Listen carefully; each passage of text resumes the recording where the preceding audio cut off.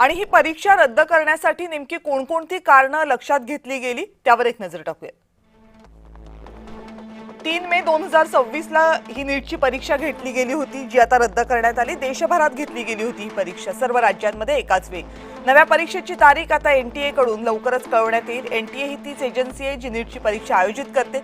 परीक्षार्थींचं परीक्षा केंद्र 3 मे रोजी जे होतं तेच राहणार आहे, म्हणजे या अगोदर जे परीक्षा केंद्र होतं तेच राहील। विद्यार्थ्यांना आता पुन्हा नव्यानं रजिस्ट्रेशन करण्याची कोणतीही गरज नाहीये। त्यांचे हॉल तिकीट, त्यांचे परीक्षा केंद्र यात काहीही बदल होणार नाहीये।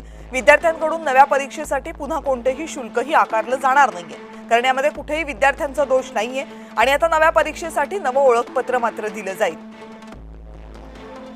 विद्यार्थी आणि पालकांनी केवळ एनटीएच्या सूचनांकडे लक्ष द्यावं असं आवाहन करण्यात आलंय। याशिवाय पेपरफुटीची सीबीआय कडून चौकशी होईल असंही आश्वासन देण्यात आले।